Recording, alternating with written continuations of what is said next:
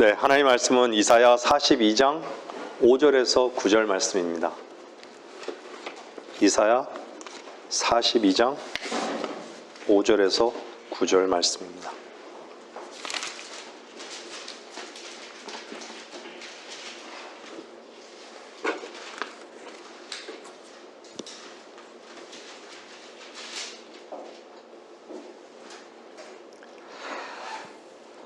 하늘들을 창조하시고 그것들을 펼치셨으며 땅을 펴셨고 거기에서 소산을 내시고 그 위에 있는 백성들에게 호흡을 주시며 그 안에 다니는 자들에게 영을 주신 분이신 하나님 주가 이같이 말하노라.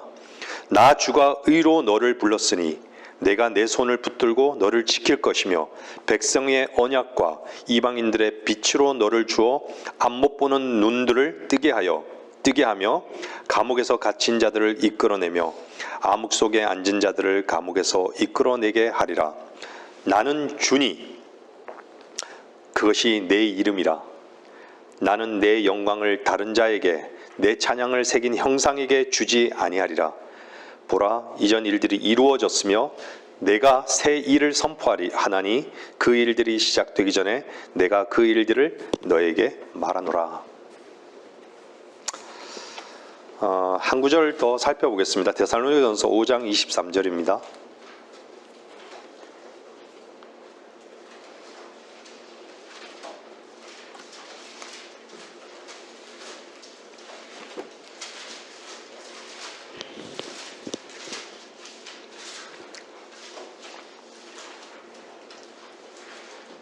데살로니가전서 5장 23절. 화평의 하나님 바로 그분께서 너희를 온전히 거룩하게 하시고 너희의 온 영과 혼과 몸이 우리 주 예수 그리스도께서 오실 때까지 책망할 것이 없게 보존되기를 하나님께 기도하노라. 데살로니가전서 5장 23절 말씀은 성경이 정확하게 인간의 구성 요소를 영과 혼과 몸으로 구성되어 있음을 말씀하고 있는 것이죠. 하나님께서 아담을 창조할 때 흙에 생명의 호흡을 불어 넣으셨더니 살아있는 혼이 되었더라 라고 말씀하고 있습니다. 여기에서의 생명은 타고난 육체적 생명뿐만 아니라 영적인 생명을 포함하고 있습니다. 하지만 아담이 범죄하여 불순종한 뒤 하나님과 하나된 영적인 생명을 상실하게 된 것입니다. 하나님의 본성을 상실했다는 것이죠. 하나님의 본성을 상실한 인간은 몸도 아니고 혼도 아니고 영, 즉 성령으로만이 영이신 하나님과 하나가 될 수 있었습니다. 주님이 직접 하신 말씀과 기록된 말씀은 글자가 아니라 영입니다. 그래서 죄인된 인간의 본성은 선악과를 먹고 하나님과 분리되어 하나님과의 교제를 상실하고 하나님을 잊어버리게 된 것입니다. 그래서 하나님께서는 아담 안에 죄인된 인간의 본성으로만 살아가는 죄인들을 위해 주님은 하나님의 본성에 다시금 동참케 하는 길이 되어주셨던 것입니다. 하나님께 반응하지 않는 생명은 죽은 생명입니다. 거듭나지 않으면 결코 영적인 하나님 나라에 들어가지 못할 뿐 아니라 그분을 알 수도 없고 섬길 수도 없는 것이죠. 의와 화평과 기쁨을 결코 누릴 수 없는 것이죠.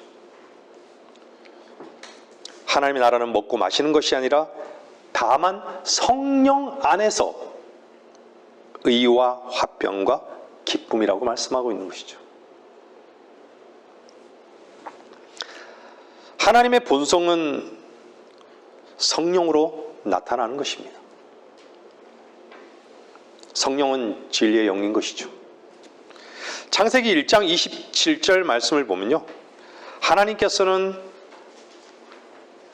자신의 형상대로 한번 찾아보시죠. 예.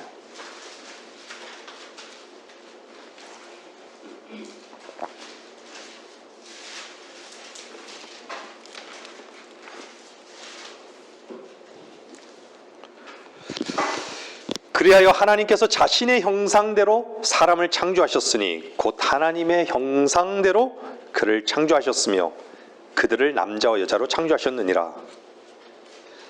하나님의 형상대로 사람을 창조하셨지만 범죄한 뒤에 창세기 5장 3절에 한번 잠깐 보시죠. 5장 3절, 창세기 5장 3절. 범죄한 뒤에는요 어떻게 바뀌었는지 한번 보시죠. 창세기 5장 3절입니다. 아담이 130년을 살며 자기 모습대로 자기의 형상을 따라 아들을 낳아 그의 이름을 셋이라 불렀더라. 자기 모습대로 자기의 형상을 따라 아들을 낳게 된 것이죠. 하나님을 잃어버린 형상으로 영적인 생명을 잃어버리고 멸망하는 짐승과 다를 바 없이 살게 되었다는 것이죠. 근데 창세기 1장 27절에 보면 남자와 여자를 창조하셨습니다. 한자로 여러분들 남자 할 때 남자는 산의 남자죠. 여자 할 때 여자는 계집여자입니다. 산의 남은 한자를 딱 보면 밭전자와 힘역자가 있잖아요. 그러니까 힘을 써서 밭을 가는 것이죠. 허스번드는 농부라는 것이에요. 최초의 남편이라는 것은 농부라는 것이에요. 밭을 가는 거예요. 힘으로. 그럼 여자는 뭘까요? 여자는요 계집여자는 무엇을 형상화시켰냐면요 온유함으로 무릎 꿇는 것을 형상화시킨 겁니다. 중국이나 한국이나 터키나 이슬람 문화권에 있는 나라들이나 가부장적인 요소를 지니고 있는 나라들이 참 많았죠. 우리나라는 참 많이 바뀌었지만요. 말씀을 듣고 계신 분들이 어떻게 들으실지 모르지만 하나님의 질서로서 성경은 제시해주고 있다는 것입니다. 아무리 세상의 가치가 바뀌었어도 하나님의 말씀을 바꿀 수는 없습니다. 그렇다고 여자를 종으로 부리며 살라는 것으로 오해가 없으시기를 바랍니다. 남자와 여자는 사랑과 건의의 바탕을 둔 질서를 하나님께서 말씀하고 있다는 것입니다. 창세기 2장 18절 말씀을 보면요. 한번 보시죠. 창세기 2장 18절.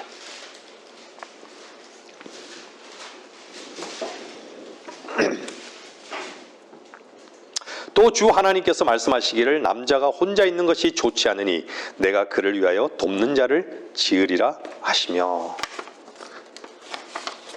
저는 이 말씀을 예전에 읽을 때 저의 중심적으로 읽은 적이 있습니다.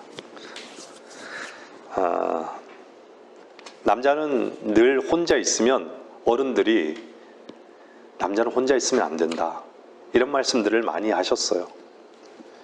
왜 그런 말씀 하셨을까를 나이를 들고 결혼하고 나이를 들고 나니까 좀 알게 되더라고요. 근데 그것은 육신적인 가치예요. 육신적인 어떠한 가르침이었죠.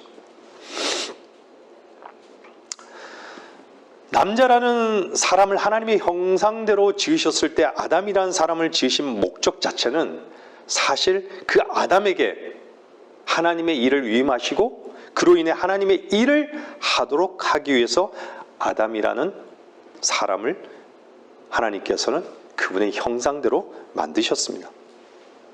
그런데 여러분이 바로 아셔야 하는 것은 아담을 돕는 자로서 세운 이브, 그 아담이라는 어떤 사람을 돕는 것이 아니라 아담이라는 사람이 하나님의 형상대로 지음을 받고 그 목적에 따라 순종을 하고 그 말씀을 이루어 나가는 바로 그 일에 도움을 주기 위해 하나님께서는 여자를 만드시고 남자 옆에 아내를 두신 것입니다. 하나님을 믿지 않는 남편을 둔 아내, 하나님을 믿지 않은 아내를 둔 남편에 대해 성경이 말씀하시는 바에도 그리스도인은 유념해야 합니다.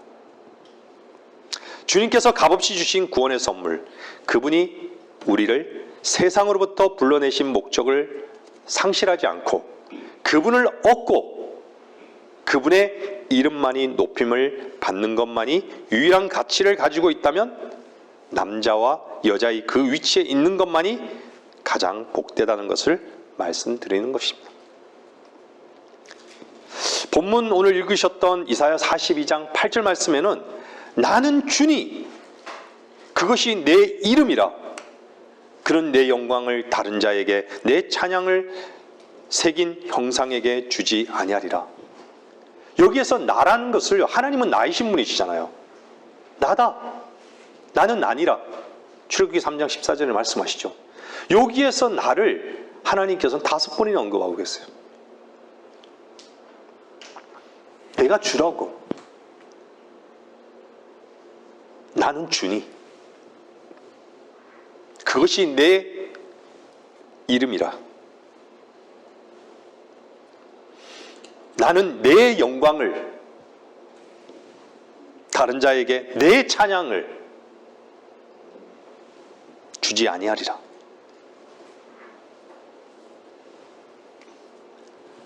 나이신 분, 그분께 드려져야 하는, 그분의 높임을 받아야 하는 그분의 이름, 그분의 찬양, 그분의 영광 누가 받습니까? 이 땅에서 나라고 하는, 나로 사는 모든 인간이 받고 있는 것이 아닙니까?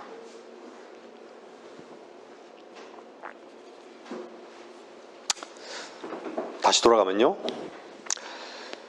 육신을 즐겁게 하기 위해서 하나님께서는 아내를 만드신 것이 아니라 남자가 하나님 앞에 순종해 나가는 그 일에 더욱더 전진해 나갈 수 있도록 하나님께서 세우신 것입니다. 남자들이 아내들을 생각할 때에 자신의 소유물로 생각지 않고 이 아내가 주님께 순종되어지고 더 나아가고자 하는데 더 큰 유익이 될 수 있다는 그 위치 때문에 나에게 그 아내가 필요하다는 것입니다. 뿐만 아니라 아내들은 자신의 즐거움이나 유익을 위해서, 즉 스스로의 존재 이유 때문에 만들어진 것이 아니라 남자를 위해서 만들어졌다는 것을 절대로 잊어버리지 마십시오. 그래서 여자의 머리는 남자이며 남자의 머리는 그리스도인 것입니다. 결국은 함께 주님을 경배하고 함께 주님을 섬기기 위함인 것입니다.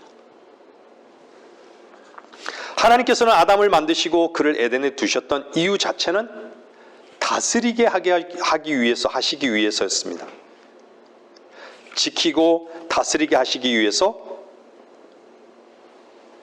쉽게 얘기하면 마귀라는 존재가 더 이상 에덴이라는 곳에 침투하는 것을 막아, 그리고 모든 하나님의 피조물을 다스리게 하기 위해서 만드셨다는 것입니다. 근데 어느 순간부터 바로 이 하나님께서 만드신 사람이 하나님의 형상대로 만드신 그 목적에서 벗어났습니다. 그래서 창세기 2장 17절 말씀에 선과 악의 지식의 나무에서 나는 것을 먹지 말라. 내가 거기서 나는 것을 먹는 날에는 반드시 죽으리라. 선과 악의 지식의 나무를 먹음을 통해서, 열매를 먹음을 통해서 어떤 결과를 가져왔습니까? 하나님과의 분리를 가져왔습니다. 하나님과의 분리를 가져와서 죄인 되게 한 것입니다. 하나님께는 죽게 된 것이죠. 하나님께는 반응할 수 없다는 것이죠. 하나님의 말씀은 어떻습니까? 하나님의 말씀은 살리는 것입니다. 결코 하나님과 분리되게 할 수 없습니다. 결국 세상적 가치가 되어버린 선악과의 독소가 하나님과 분리를 가져오게 된 것입니다. 두 마음, 두 가치, 두 눈으로 두 곳을 바라보는,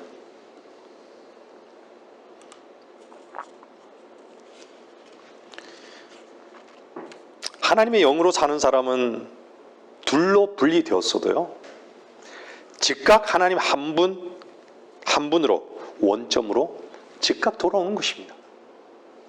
길지 않아요.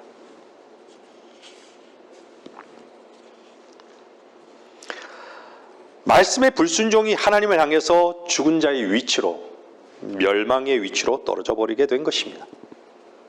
그러면 여러분들은 하나님께 살아 있습니까? 여전히 죽어 있습니까? 무엇으로 알 수 있을까요? 하나님 말씀에 따라 순종을 하면, 순종을 하느냐, 순종을 하지 않느냐. 순종을 하면서 사느냐는 것입니다. 살았다는 것은 하나님께만 반응을 하는 것이죠. 세상의 소리를 향해서는 귀를 막은 것입니다. 하나님을 향해 살았다면 어떤 상황 가운데서도 그 말씀 앞에 순종하는 것입니다. 세상을 잃어버리고 세상과 차단된 것이 교회일진데, 그곳이 어떤 환경일지라도, 그곳이 감옥일지라도 주님의 풍성한 은혜를 누릴 수 있는 사람이라면 그 사람은 하나님의 사람임이 틀림이 없습니다. 이미 세상적 가치와 평가의 시선은 온데간데 없고 오직 주님의 시선과 평가 속에서만 평안과 안식으로 자유하고 주님의 은혜를 찬양하고 있는 사람은 얼마나 주께서 기뻐 받으시겠습니까? 그리스도인은 평생 선악과의 독배를 마시다 멸망으로 가는 허망한 인생들을 향해 자신의 행위가 판단받는 것을 두려워하지 말고 빛 가운데로 나오라고, 자신으로 살아가는 지독한 그 어둠 속에 머물러 있지 말라고 전해야 되는 자들입니다. 그렇지 않습니까? 여러분들의 마음 안에 사랑이 생겼으면 그 사랑의 요구에 여러분들의 혼과 여러분들의 몸이 움직여지는 것과 같이 하나님의 말씀이 여러분들 안에 살아있다면, 하나님께서 여러분들의 마음 안에 살아있다면 하나님 말씀에 따라 순종하는 것은 자연적인 것입니다. 우리 안에서 선한 일을 시작하신 분이 계심을 우리는 아는 것이죠. 하나님의 사랑은 부족함 없이 우리 안에 부어졌음도 아는 것입니다. 그분의 말씀이 나를 대신해서 일하는 현장에 있는 것이 이 땅에 있는 동안 얼마나 복되고 감사한 일입니까?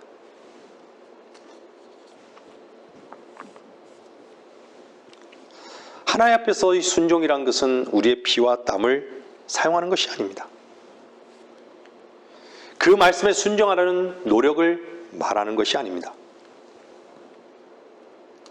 순종은 곧 삼위일체 하나님께서 함께 일하듯이 사랑이라는 여러분들 안에 있는 어떤 능력이 생겼을 때에 그 사랑이라는 여러분들 안에 있는 숨겨진 그 능력이 여러분들의 혼에 감정을 갖게 하고 또 그 감정에 따라서 여러분들이 상황을 불문하고 또 어떤 어려움을 불문하고 사랑하는 사람의 요구에 따라서 여러분들의 육신이 움직여지는 것과 동일한 것입니다. 하나님 말씀 앞에 살아있다는 것은 여러분들 안에 하나님의 영이 살아있다는 것을 의미합니다.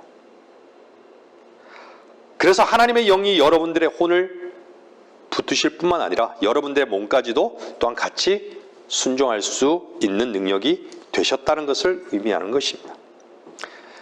그래서 순종이라는 것은 억지를 말하는 것이 아니라 하나님의 말씀이 여러분 안에 살아있어서 사신 하나님 앞에 자연스러운 반응을 하는 것을 말하고 있다는 것을 먼저 여러분에게 말하는 것입니다. 영이라는 것은 마음 가장 깊은 곳에 있는 것입니다. 이 영은 혼을 향해서 지시하고 있습니다. 그리고 이 혼은 몸을 향해 지시하는 관계입니다. 그러면 지시한다는 것은 거부할 수 없는 것을 말합니다. 아주 자연스러운 것을 말합니다. 우리의 혼의 요구에 따라서, 혼의 감정에 따라서 우리는 눈에서 눈물을 흘립니다. 이것은 자연스러운 이치입니다. 억지로 되는 것이 아니죠. 아담 안에서 모든 사람은 하나님의 영이 죽은 채 태어났습니다. 하나님의 영은 선악을 알게 하는 나무의 실과를 먹었을 때 사람 속에서 죽었습니다. 이것이 죽었다는 것은 더 이상 그 사람에게 사람의 영은 있는데 하나님의 영은 능력으로 역사하지 못하게 되었고 하나님의 영과의 관계가 단절되었다는 것입니다. 그래서 거듭나지 않은 사람은 계속 죽는 일만 하는 것이죠. 죽는 일이 무엇입니까? 먹는 일이고 잠자는 일이고 남을 미워하는 일이고 육신적인 것을 사랑하는 일이고 자기가 즐기는 일이고 돈 버는 일이고 출세하는 일이고 세상의 가치를 두고 사는 일입니다. 이런 것만을 하는 것이죠. 근데 그것은 산 일이 아니기 때문에 이것을 계속하다가 결국은 죽음으로 가는 일을 하다가 영원한 죽음으로 가는 것입니다. 그래서 그것들은 산 일이 아니라 죽은 일입니다. 그 죽은 일이라는 것은 항상 육신을 통해서 무엇인가 하는 일이 죽은 일이라고 성경은 말씀하고 있는 것입니다. 하나님 살아계십니까?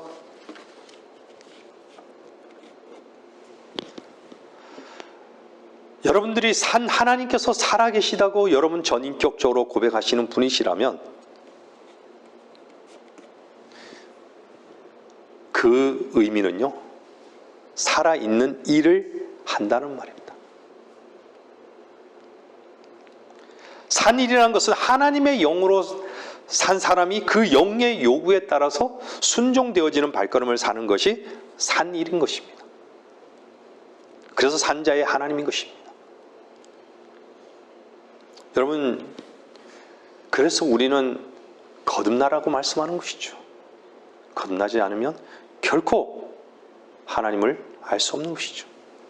많은 사람들이 거듭난 것이 뭔지도 모르고 계속 나의 하나님 주여 주여 주시옵소서. 거듭나기 전에는 절대로 그 사람의 하나님이 되실 수 없습니다. 스스로 쏟고 있는 것이죠.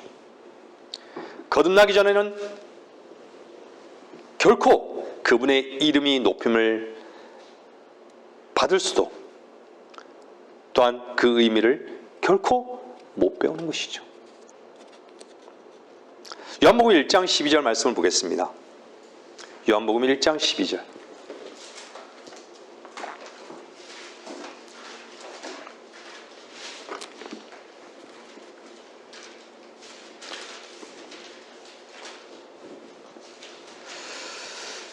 그러나 누구든지, 예외가 없습니다. 누구든지 그를 영접한 사람들에게는 하나님의 아들들이 되는 권세를 주셨으니 즉 그의 이름을 믿는 사람들에게니라.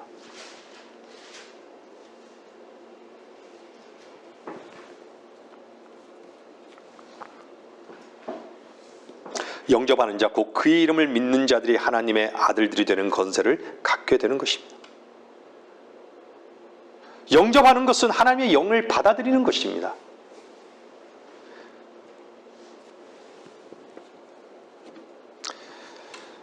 그러면 혼과 영은 무엇일까요? 여러분들의 혼은 몸이 아픈 것을 원하지 않는데도 몸이 아픕니다. 원하지 않는데 아프고 원하지 않는데 미움이 생기고 원하지 않는데 질투가 생깁니다. 미움과 질투, 그것이 혼적인 부분인 것이죠. 원하지 않는데 미움이 생기고 질투가 생깁니다. 그리고 원하지 않는데 사람들을 자기 편으로 자꾸 끌어들이려고 합니다. 그것을 위해서 거짓과 음모와 모함이 있습니다. 왜 그럴까요? 산자의 하나님에 따라서 반응하지 못하고 있는 것입니다. 거듭난 사람이라면 죽은 일을 붙잡지 않고 살아있는 일에 올인을 해도 주님의 오심은 지체하지 않으십니다. 하나님의 영으로의 그 생명의 일을 하는 것보다 귀한 일이 무엇이 있습니까? 그리스도인에게. 거기에 순응하십시오. 거기에 올인하십시오. 하나님께서 넘치는 은혜와 평강으로 갚으실 것입니다. 사람들은 자기 몸도 자기 혼도 자기 스스로 통제가 안 될 때 안 되는 것을 반드시 인정해야 합니다. 반드시 인정해야 한다는 것은 주인이 따로 있다는 것을 입증하는 것입니다. 여러분들의 생각이 여러분의 마음대로 되지 않습니다. 주인이 따로 계시다는 것입니다. 그런데 주의 영이 여러분들 안에서 능력으로 역사하실 때 그 영의 능력에 따라서 여러분들의 혼도 순종하고 여러분들의 몸도 같이 따라가게 되는 것을 경험하는 것이 그리스도인의 실제적인 삶인 것입니다. 하나님의 영이 우리에게서 떠났을 때 죄가 들어왔습니다. 죄가 들어오면서 하나님의 영이 떠나버린 것이죠. 그랬을 때 그 죄의 세력인 마귀가 여러분들의 몸과 여러분의 혼을 사로잡아 버려 주인이 되었다는 것을 의미하는 것입니다. 그래서 여러분들의 몸과 여러분들의 혼이 하나님께서 만든 목적 밖으로 행동하게 되어버리고 만 것입니다. 그래서 사람들이 제일 많이 하는 말이 무엇입니까? 마음대로 안 된다는 말입니다. 자식도 마음대로 안 되고, 아내도 마음대로 안 되고, 자기 몸도 마음대로 안 되고, 성취도 마음대로 안 되고, 생각대로 되는 것이 없습니다. 여러분은 어떻습니까? 여러분의 주인이 여전히 여러분 자신이라면 티끌 같은 존재인 사람을 만드신 창조주 하나님이 어떠하실지 한번 생각해 보시기 바랍니다. 티끌인 자신을 내려놓지 않고 티끌의 힘을 내려놓지 않고 주인께 돌려드리지 않는다면 결코 주인이 값없이 주신 그 영적인 복을 결코 알 수도 없고 누리지 못할 것입니다. 이 말씀이 이 설교를 들으시는 여러분의 마음에 천둥 소리로 들려지기를 바랍니다. 여러분들의 몸도 여러분들의 혼도 원래 주인이 쓰실 수 있도록 순종하십시오. 살아계신 주의 말씀에 영에 복종하는 것을 말씀드리는 것입니다. 그리스도인은 이렇게 순응하는 법을 배워야 하는 것입니다. 시편 8편 4절을 보겠습니다.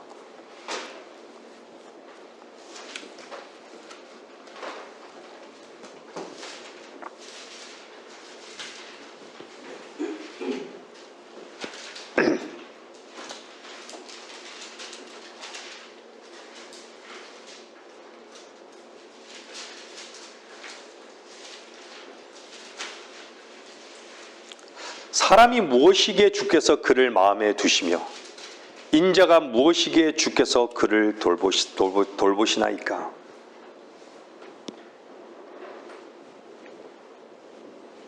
한번 잘 보세요. 주체가 누구신지. 돌보시는 주체가 누구십니까?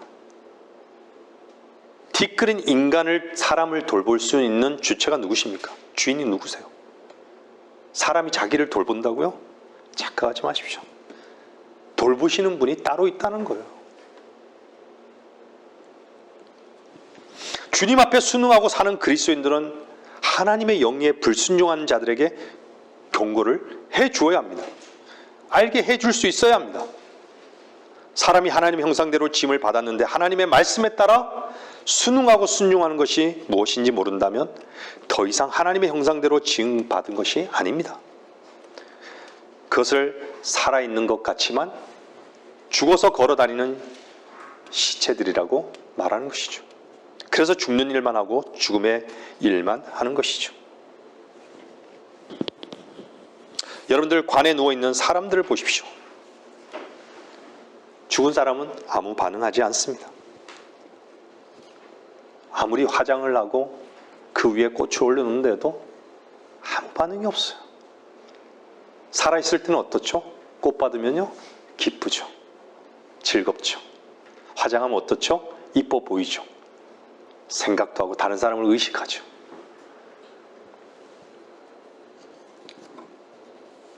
하나님의 말씀이 우리들에게 무엇을 요구하는데도 반응이 없어요. 하나님께서 무엇인가를 쓰기를 원하시는데 그 쓰기 원하시는 주인의 목적에 따라서 움직여지지를 않는 것입니다. 제가 첫 서두에 말씀드렸죠. 생명은 두 가지 생명이라고. 타고난 육체적 생명이 있고 영적인 생명이 있는 것이죠.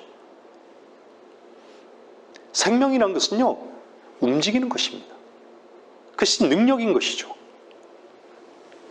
다시 말하면 여러분들이 무엇을 순종하는 것이 아니라 여러분들 안에 있는 사랑의 능력이, 말씀의 그 능력이 무엇인가를 하게 하는 것입니다.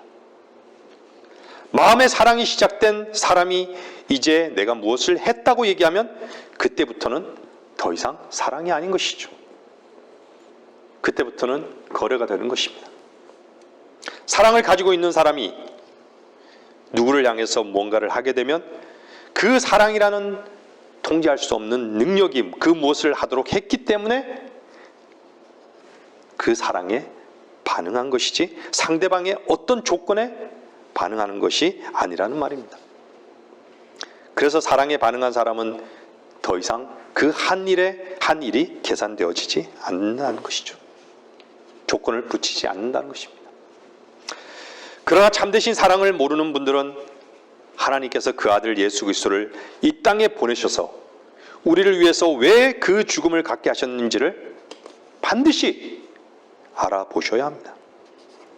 이해할 수 없는 하나님의 사랑, 통제할 수 없는 참다운 사랑에는 그 어떤 조건이 무엇을 하게 한 것이 아니라 내 안에 있는 통제할 수 없는 사랑이 그 일을 하게 했음을 본능적으로 그냥 아는 것입니다. 그래서 그리스도인의 모든 동기는 사랑인 것이죠. 고린도전서 2장 11절에는요 이렇게 말씀하고 있습니다.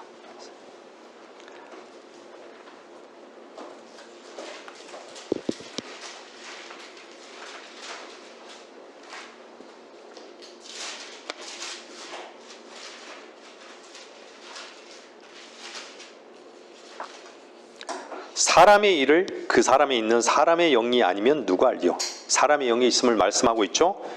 이와 같이 하나님의 일도 하나님의 영이 아니면 아무도 모르느니라. 사람의 영과 하나님의 영을 구분해 놓고 있습니다. 지금 이 시대의 진정한 기적은 하나밖에 없습니다. 그것은 죽어있는 자가 주 예수 그리스도의 생명으로 거듭나서 살아있는 일에 반응한다는 것입니다. 그 기적의 주인공들이 여기 앉아 계시는 것이죠.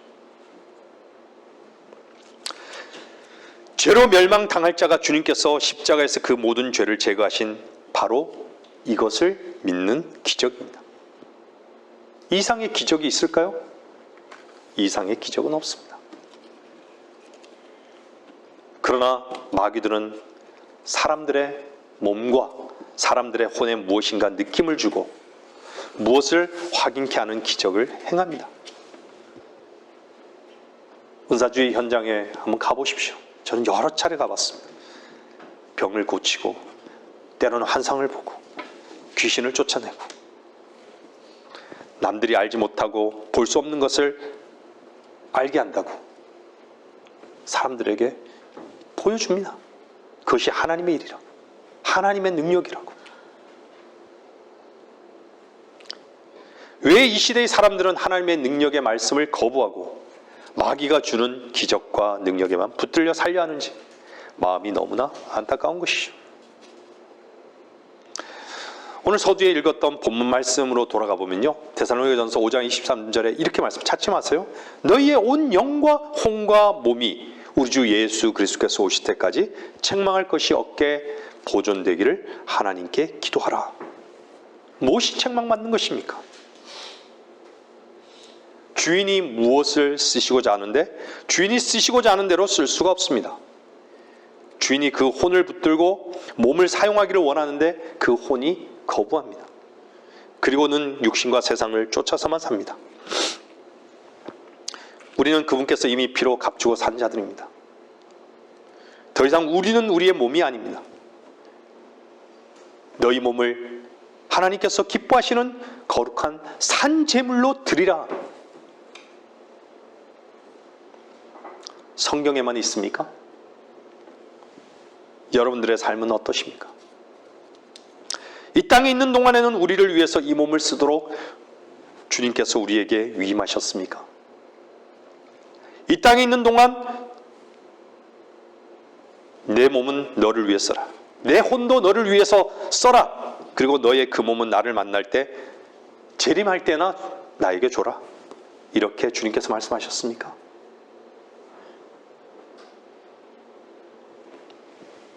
역사 가운데 콘스탄틴은 죽을 때 십자가를 자기는 침례를 받는다고 구원받기 위해서 이렇게 얘기했죠. 똑같은 자들이죠. 그러면 여러분들의 이름은 왜 그리스도인입니까? 여러분들의 이름이 그리스도인이라는 것은 그리스도께서 여러분들의 주인이 되셨다는 뜻입니다. 왜 우리가 주인인 양 우리 뜻대로 사용하고 자신의 목표를 가지고 살아갑니까? 우리는 이런 문제 때문에 우리는 골방에서 주 앞에 울어야 합니다.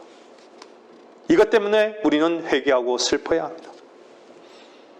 많은 사람들이 이 육신이 무엇인가 요구대로 되지 않기 때문에, 혼의 요구대로 되지 않기 때문에 슬퍼하고 울고 염려하고 근심하고 있지만, 진정 우리가 염려하고 근심하고 슬퍼하며 눈물을 흘려야 할 것은 이 몸과 혼을 주님께 온전히 옮겨드리지 못하는 이것 때문에만 울어야 하고 슬퍼야 합니다. 다시 말씀드리지만 거듭나지 아니한 사람의 영은 죽었습니다. 그래서 요한복음 3장에는요, 3장 5절에는 예수께서 대답하시기를 진실로 진실로 내가 너에게 말하노니 사람이 물과 성령으로 태어나지 아니하면 하나님 나라에 들어갈 수 없느니라. 육신으로 난 것은 육이요 성령으로 난 것은 영이니, 육신과 성령을 분리시켜 놓고 말씀하고 계시다는 것이죠. 내가 너희에게 너희는 거듭나야만 한다고 말한 것을 이상히 여기지 말라.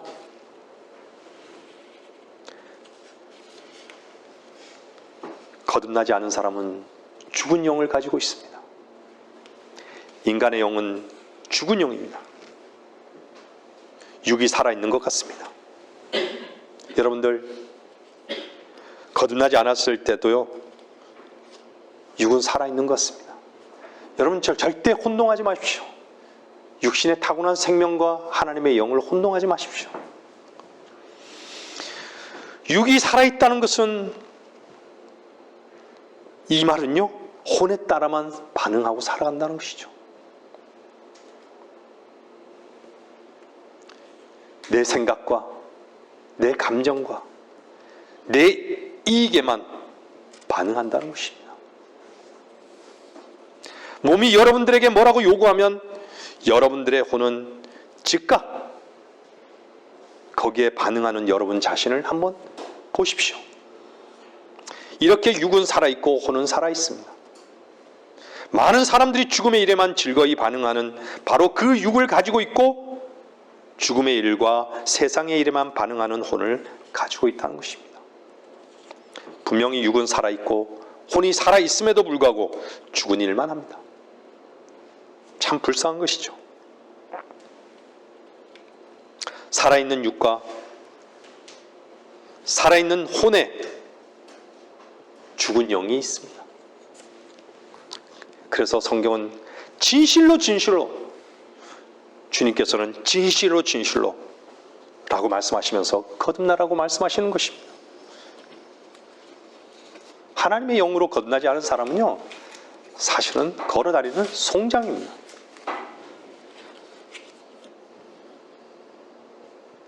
자식도 낳고 자식이 굶을까봐, 자식이 아플까봐, 자식이 상처를 입을까봐 밤잠도 못 자고, 어떻게 해서라도 돈도 많이 벌고 승진하려 하고 전전긍긍하고 걱정도 많습니다. 더 많이 벌어야 하는데 안 돼서 걱정합니다.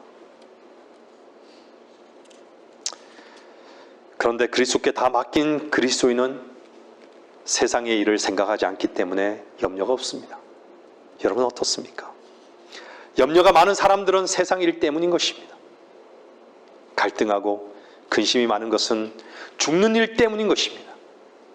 그것 가지고 안 되니까 걱정하고 염려하고 근심하는 것입니다. 그것은 죽은 일입니다. 그렇기 때문에 영적인 사람은 세상에 속한 사람에 대한 연민이 있는 것입니다. 결국 그런 일만 하다가 지옥 간다는 말이 제가 지어낸 말입니까? 그래서 거듭나야 합니다.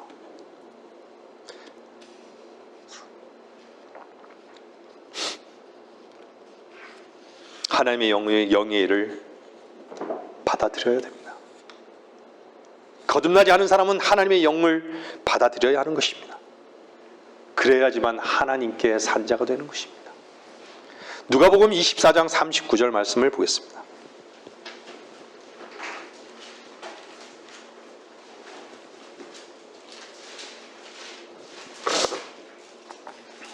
누가복음 24장 39절입니다.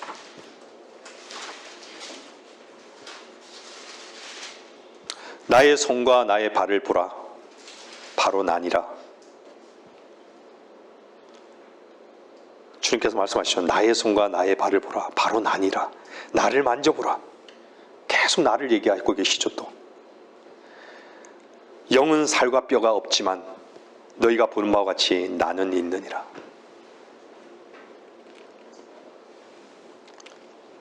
누가복음 24장 39절 상태는 어떤 상태입니까? 주님께서 십자가에서 달려 죽으실 때 물과 피를 다 쏟으셨죠. 그 다음에 무덤에 들어가셨다가 다시 부활하셨습니다. 바로 오늘 지금 누가복음 24장 39절은 부활하신 몸입니다.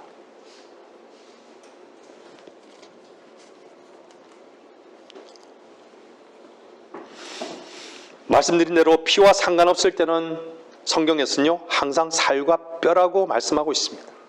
살과 뼈, 몸과 뼈라고 이렇게 말씀하고 있는 것이죠. 여러분 십자가가 왜 필요한지 아십니까?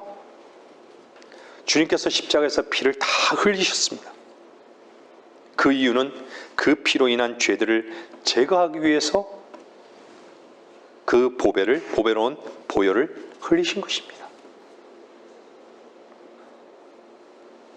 갈라디아서 5장 24절 말씀 보면요 이렇게 말씀하고 있습니다. 그리스도께 속한 사람들은 전제입니다. 그 육신을 욕정과 정욕과 함께 십자가에 못 박았느니라. 육신이라고 표현하고 있습니다. 여러분들 육신이라는 것은요 피가 여전히 남아있다는 것입니다. 살아있을 때는요 피가 죽어있을 때는 피가 썩는 것이죠. 그러면 이 육신의 일을 끝내려면 노력을 해서 되는 것이 아니고요. 십자가로 가서 피를 다 흘려야 된다는 것입니다. 그러니까 결국은 여러분들이 날마다 십자가를 진다는 그 뜻은 육신의 일을 거부하고 피가 요구하는 것을 거부하고 죽음의 일들을 거부하고 세상에 속한 일들을 거부하고 내 안에 살아계신 하나님의 영의 말씀에 따라서 바로 순종되어지는 그 위치로 나아가는 것을 얘기하는 것입니다. 그래서 혈과 육은 십자가에 못 박아야 하는 것입니다. 십자가에서 이미 끝났다는 전제가 없다면 어떻게 그분의 은혜와 사랑 안에 거할 수 있겠습니까? 그분 안에 있을 때만 십자가를 지는 것이 은혜이며 감사인 것을 아는 것이죠. 아직 거듭나지 않으신 분이 있으시다면 반드시 이 땅에 있는 동안 거듭나십시오. 그리고 충만하십시오. 주님으로 충만하십시오. 하나님의 형상대로 지음받은 사람은 하나님의 말씀에 따라서 순종되어지는 삶이 자기들의 위치인 것이죠. 하나님께서 쓰시기에 합당한 모양으로 바뀌어지려면 여러분들이 하나님의 영으로 거듭나고 또 그 영으로 충만해야 하는 것이죠. 말씀을 정리하겠습니다. 고린도전서 15장 45절 말씀 보겠습니다.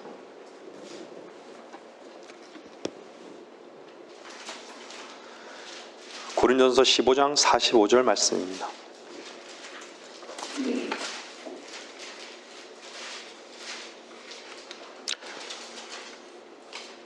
따라서 이와 같이 기록되었으니 첫사람 아담은 살아있는 혼이 되었느니라 함과 같이 마지막 아담은 살려주는 영이 되었느니라. 우리 창세기에서 봤었죠.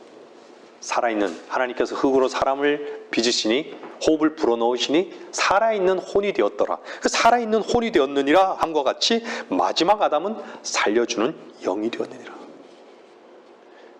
그래서 아담 안에서는요, 성경은 이렇게 말하고 계속 죽고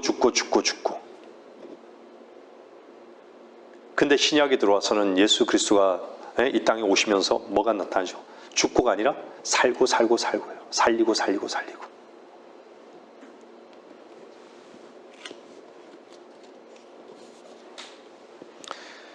분명히 첫사람 아담은 살아있는 혼이 되었습니다.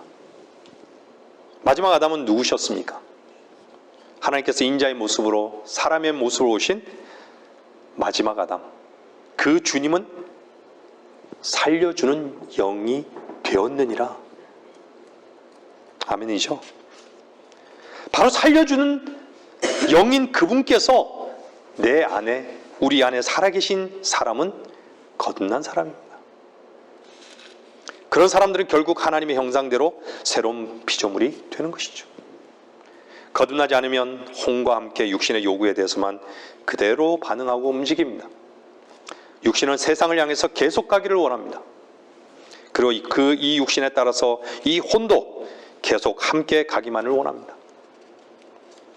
그런데 살아있는 영이 있으면 이 영이 혼과 육을 분리하기 때문에 육의 요구에 따라 혼도 영도 그대로 반응하지 않고 저지해 버리는 것이죠.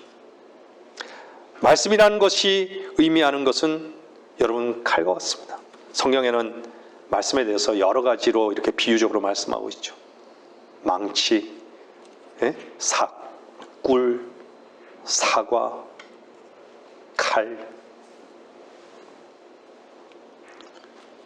무엇보다도요, 하나님의 말씀은 칼과 같습니다. 히브리서 4장 2절 말씀대로요, 분리시키는 것이에요. 몸과 혼과 영을 분리시키는 것이에요. 육의 요구를 따라서 그대로 움직이지 않게 만들어버리는 것입니다. 육은 죽은 일만을 요구합니다. 그러나 그 죽을 일만 요구하는 그대로 혼과 영이 반응하게 하는 것이 아니라 말씀이 움직이게 되면 이것을 갈라내어서 더 이상 반응하게 못하게 만들어 버린다는 것입니다. 그러면 그 다음에는 이 혼과 육이 무엇에 따라 반응하게 되느냐면 영의 생명에 따라서, 부활의 생명에 따라서 움직일 수 있게 하는 것이 말씀의 능력이란 말입니다. 여러분은 부활의 새 생명을 얻으셨습니까? 거듭나신 분은 부활의 새 생명으로 사는 것이죠. 그 새 생명은 타고난 육신의 생명으로 사는 것이 아니에요.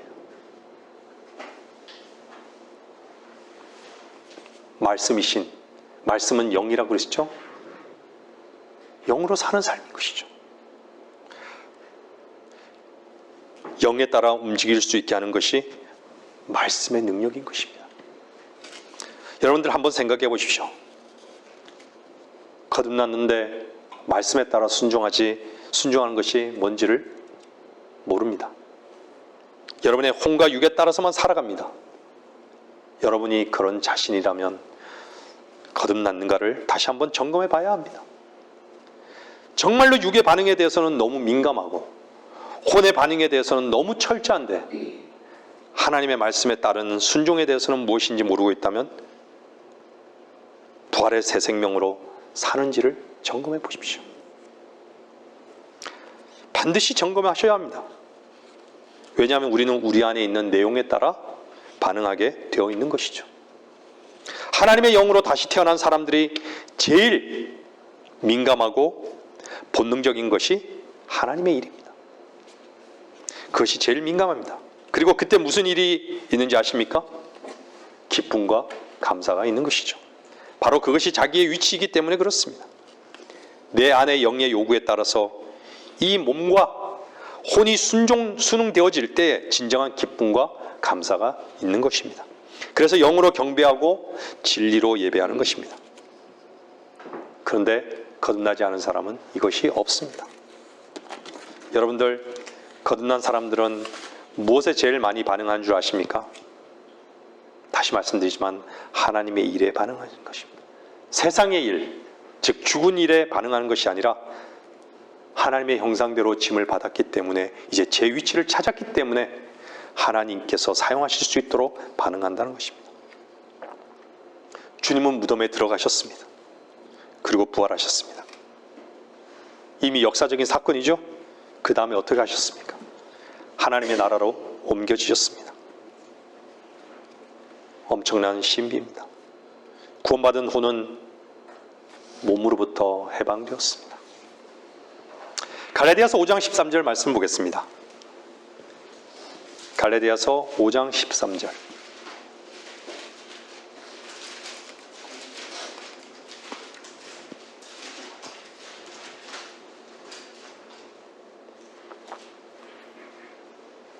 형제들아, 너희가 자유회로 부름을 받았으니 그 자유를 육신을 위한 기회로 삼지 말고 사랑으로 서로 섬기라. 여러분, 자유회로 부름을 받으셨습니까? 진리의 영으로 인도함을 받는다면 육신의 요구에 따라서 그대로 묶여 살지 않습니다. 죄의 요구에 따라 그대로 살지도 않습니다. 여기서부터 분리되었다는 말입니다. 자유라는 것은 분리입니다. 묶여 있지 않은 것이죠. 끊어졌다는 것이죠. 해방된 것이죠. 이것이 잘 안 된다면 그 이유는 여러분들이 성령을 소멸하고 살기 때문에 그렇습니다.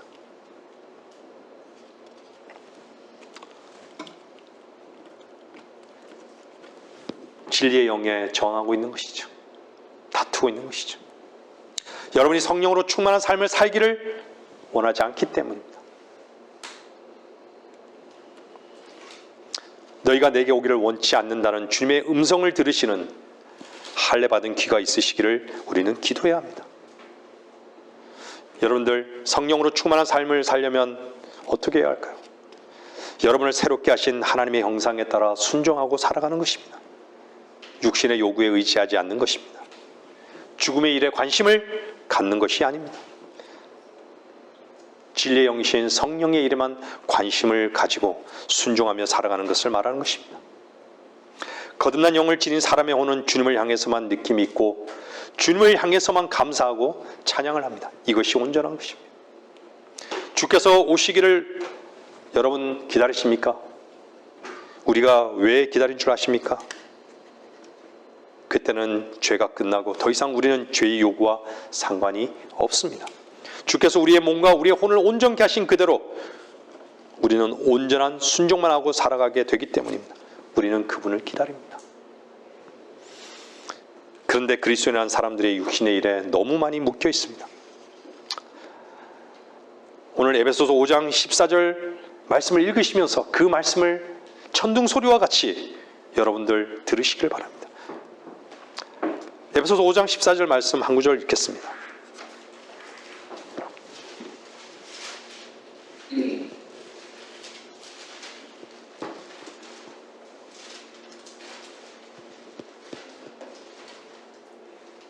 에베소서 5장 14절 말씀입니다. 그러므로 그가 말씀하시기를 잠자는 자여 깨어라. 그리고 죽은 자들로부터 일어나라. 그러면 그리스도께서 내게 빛을 주시리라고 하셨느니라. 죽은 자들로부터 일어나라고.